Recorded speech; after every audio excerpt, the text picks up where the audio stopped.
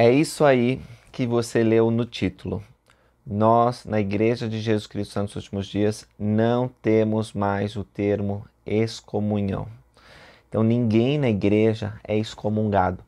É claro que a doutrina não mudou. As pessoas que cometem pecados sérios e passam por um conselho de membros, que antes chamava conselho disciplinar, elas podem perder a condição de membros da igreja, mas não chama mais excomunhão. Então nós vamos ver que alguns termos, algumas expressões tão comuns por muitos anos entre os membros da igreja, elas não estão mais em vigor. E nós precisamos nos esforçar para nos adaptar a essa nova linguagem que o manual geral ele trouxe. Antes a gente tinha dois manuais, um manual para os líderes, né, bispos, presidente de estaca, presidente de missão, e outro manual para os membros, manual 2. Agora não tem, tem só um manual e a revisão que tem sido feita, ela é importante porque a igreja ela cresceu muito, ela está no mundo inteiro. E antes a linguagem era bem administrativa, até demorava para alguns membros entenderem, eles eram chamados como líderes em um local distante, talvez até a tradução do manual tenha sido feita às pressas e muitas das coisas, dos procedimentos eram difíceis de ser entendidos. Então, essa revisão que está sendo liderada pelo Elder Anthony D. Perkins, dos 70, né? Ele é o que está presidindo o Comitê de Correlação, inclusive ele discursou na última conferência geral. Ele faz essas mudanças com todos os funcionários e líderes que estão envolvidos, submete a primeira presidência ao Quórum dos 12 Apóstolos, depois de aprovado, elas são publicadas. Então, o manual digital em inglês está quase completo, ainda faltam alguns capítulos e depois vai ser traduzido para outros idiomas. Então, vamos ver nesse vídeo algumas expressões que mudaram, tá certo? Eu vou deixar um link na referência, que é a notícia que está lá no Church News em português, que vocês podem ler a matéria completa e ver todas as expressões que estão sendo removidas e estão trazendo outros. E nesse processo, gente, tem que ser paciente conosco mesmo, né? Eu que produzo conteúdo sobre a igreja, por exemplo, de vez em quando, eu ainda vou usar expressões antigas que não estão mais sendo usadas. Se você entrar no site da igreja, você vai ver que vários manuais de seminário, instituto, artigos da Liahona, eles trazem essas expressões que não são mais para ser usadas. Então a gente tem que ter paciência até que todas essas coisas sejam atualizadas. E algumas vão ficar lá, e as pessoas talvez por muitos anos ainda vão usar expressões antigas e nós temos que ter paciência, porque com o tempo essas coisas vão mudando. Existe um motivo pelo qual essas expressões elas estão sendo alteradas, essas nomenclaturas, né, o jargão dos membros da igreja. E um dos motivos eu falei, é uma igreja global, então a gente precisa ter uma linguagem onde todos possam compreender de prontidão. Um outro motivo é que algumas expressões, palavras que vinham sendo usadas, elas eram interpretadas de maneira equivocada ou podiam trazer confusão. E nós que pregamos o Evangelho de Jesus Cristo temos que nos esforçar para pregar, mas pregar de modo que as pessoas entendam. Então, esse esforço feito aqui pelo Comitê de Correlação é muito importante. Nós precisamos apoiar isso aqui, tá bom? Então, vamos ver. Ó, já começa aqui a notícia dizendo que a líder de solidariedade da sociedade Socorro tinha como função cuidar dos pobres e necessitados. Pois é, não existe mais líder de solidariedade. Existe ainda esse chamado, mas o nome mudou. Agora, em vez de líder de solidariedade, é coordenadora de serviço. E em vez de cuidar de pobres e necessitados, a expressão correta é cuidar de pessoas necessitadas. Isso porque a gente não quer rotular ninguém como pobre ou necessitado, mas quando fala pessoa necessitada, a necessidade não significa apenas material. Pode ser uma necessidade espiritual, necessidade mental, necessidade emocional. Existem muitos desafios, então a ex-líder de solidariedade, que hoje se chama coordenadora de serviço, vai entender melhor qual é a função dela, só pelo nome. não significa servir apenas aqueles que têm dificuldades temporais, como falta de alimento, falta de roupa, mas outras necessidades também. Olha só o que o Elder Perkins disse. Um dos princípios que a primeira presidência nos deu orientação desde o início é o que chamamos de usar uma voz mais ministerial. Quase todo capítulo, quase toda ação, então todo capítulo novo lá no manual está sendo revisado, e toda ação que é proposta naquele manual tem uma escritura relacionada a ela. Portanto, no idioma que escolhermos, vamos usar linguagem, se possível, que o Senhor usou nas Escrituras. Uma das coisas significativas que mudaram é que antes a gente chamava de organizações auxiliares, né? Aí envolvia primária, sociedade de socorro, moças, escola dominical. E agora mudou. A gente chama organização e não mais organização auxiliar ou auxiliar. Porque quando você ouvia auxiliar, parecia não só complementar, mas como se fosse algo secundário e não essencial, né? E isso não é verdade. Essas organizações, elas fazem parte da estrutura da igreja, foram restauradas. A gente sabe, por exemplo, que a Sociedade de Socorro é parte essencial da restauração, como ensinou o profeta Joseph Smith. Então havia no tempo de Cristo uma organização das mulheres dentro da igreja. Então não vamos mais usar a palavra auxiliares, vamos usar organização. A nível geral, essas organizações, antes auxiliares, tinham uma junta geral, né? A Junta Geral da Sociedade de Socorro. Não tem mais junta geral, agora chama conselho. E isso é importante porque os conselhos são doutrinariamente significativos e mostram que esses líderes trabalham juntos para receber revelação. A gente tinha comitê do sacerdócio arônico e moças na estaca.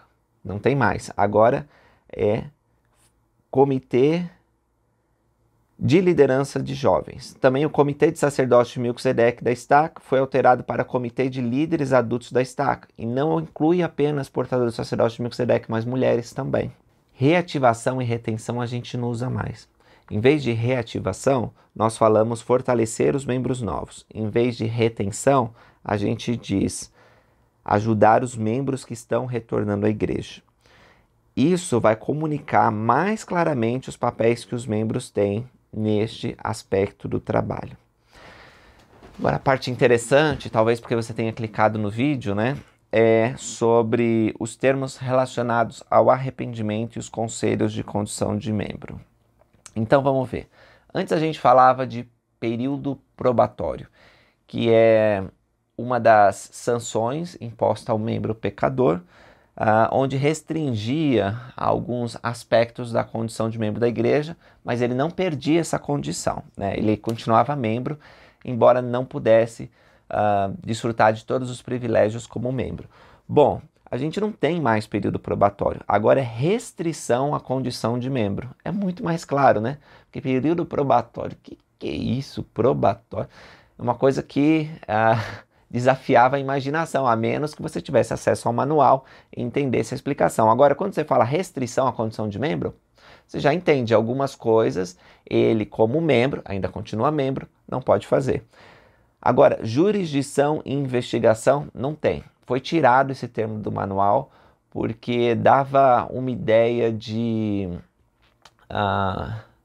talvez ação criminal, né? E não tem, então foi retirado. Veja, as palavras em si não são problemáticas, mas a interpretação que se faz dela numa igreja mundial, com diversas culturas, é complicada. Então, os líderes da igreja, eles têm procurado uniformizar usando as palavras que tem nas escrituras. E a gente não acha investigação, jurisdição nas escrituras. Disciplina foi alterada para restrição. É muito melhor porque conselho disciplinar, disciplina, dava uma ideia de uma punição. O termo conselho disciplinar presumia a necessidade de disciplina antes que o conselho fosse realizado. Então, imagina, se foi chamado para o conselho disciplinar, então você já imaginava, vou ser disciplinado, vou ser castigado. E não é isso.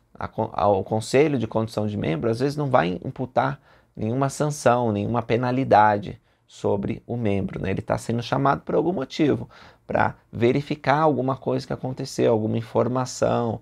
Então, é bem melhor que está assim. Desassociação foi alterada para restrições formais à condição de membro. A desassociação, ela conotava rejeição e retenção da comunhão, o que é contrário à intenção da ação realizada. Muito melhor o termo escolhido agora também. E excomunhão, ela foi alterada para remoção da filiação da igreja. Então, não existem mais pessoas excomungadas na igreja, mas existem pessoas que não são mais membros da igreja, que foram removidas dos registros da igreja, não são mais filiadas à instituição, à Igreja de Cristo dos Últimos Dias. Então, a gente não fala, essa pessoa é excomungada. A gente tem que evitar isso agora. A gente fala, essa pessoa não é mais membro da Igreja de Jesus Cristo. O presidente Russell M. Nelson, ele disse na Conferência Geral de abril de 2019, muitas pessoas consideram arrependimento uma punição, algo que deve ser evitado, exceto em circunstâncias muito sérias. Entretanto, esse sentimento de punição é engendrado por Satanás. Ele tenta impedir que confiemos em Jesus Cristo, que está de braços abertos, esperando e desejando nos curar, perdoar, limpar, fortalecer, purificar e santificar. O arrependimento não é um evento, mas um processo. Ele é a chave para a felicidade e a paz de consciência. Quando acompanhado da fé, o arrependimento permite que tenhamos acesso ao poder da expiação em Jesus Cristo. Então, com base nessas palavras do presidente Nelson e de várias outras, que ele tem ensinado durante os anos que ele é presidente da igreja, essas mudanças foram aprovadas e estão sendo realizadas. Algumas outras para a gente entender. Antes a gente separava missionário de tempo integral, que são aqueles jovens que servem por 18 meses ou 24 meses com a plaqueta, e a gente separava missionários de serviço, que serviam por tempo mais reduzido, ou até serviam por um longo tempo, vários meses, mas não nos conformes de um missionário de tempo integral. Eles não serviam por um período longo. E agora acabou essa divisão. Tudo que a gente vai encontrar no manual é missionário. Pode ainda ser usado missionário de serviço? Pode, quando a gente tem que se referir a missionários que estão servindo na sua casa, e sob a direção do presidente de estaca. E de vez em quando é útil usar missionário jovem, missionário sênior, para diferenciar os casais que servem como missão e os jovens que estão fazendo a missão de proselitismo. Agora, você já deve ter falado, eu vou no templo tirar a minha investidura. A gente não tira a nossa investidura. Ou, eu vou receber minhas investiduras. Não tem investiduras, é uma investidura, uma ordenança. Então, são termos também que a gente tem que corrigir. Uma famosa, que você já deve ter ouvido, é a expressão livre-arbítrio. E, na verdade, é arbítrio. E, assim, outras palavrinhas que a gente vai se corrigindo. Então, eu vou deixar para vocês esse artigo para que vocês possam ler. Uma última coisa, a gente fala a doutrina e está correto. Se a gente falar doutrinas, aí a gente já quer dizer que não é uma doutrina de Deus. Porque sempre que a palavra doutrina aparece no plural, doutrinas, ela se refere à doutrina de homens ou de demônios nas escrituras. Então nós temos que usar no singular porque é uma doutrina. A gente talvez possa usar no plural a seguinte expressão, pontos de doutrina, para especificar elementos dentro da única e verdadeira doutrina de Cristo. Esses cuidados são importantes porque quando nós transmitimos a palavra de Deus, nós precisamos ser compreendidos. Então é isso aí, pessoal. Obrigado por terem assistido. Espero que nós possamos usar essas expressões, fazer parte do nosso dia a dia. Mais orientação nós vamos receber quando os manuais estiverem traduzidos. Nós temos acesso a ele através da Biblioteca do Evangelho, um aplicativo que todos os membros e não membros podem baixar e ter no celular. E se tiver alguma dúvida, você pode falar com seu bispo, o presidente de estaca, que eles vão poder ajudar a compreender. Obrigado por terem assistido e até a próxima.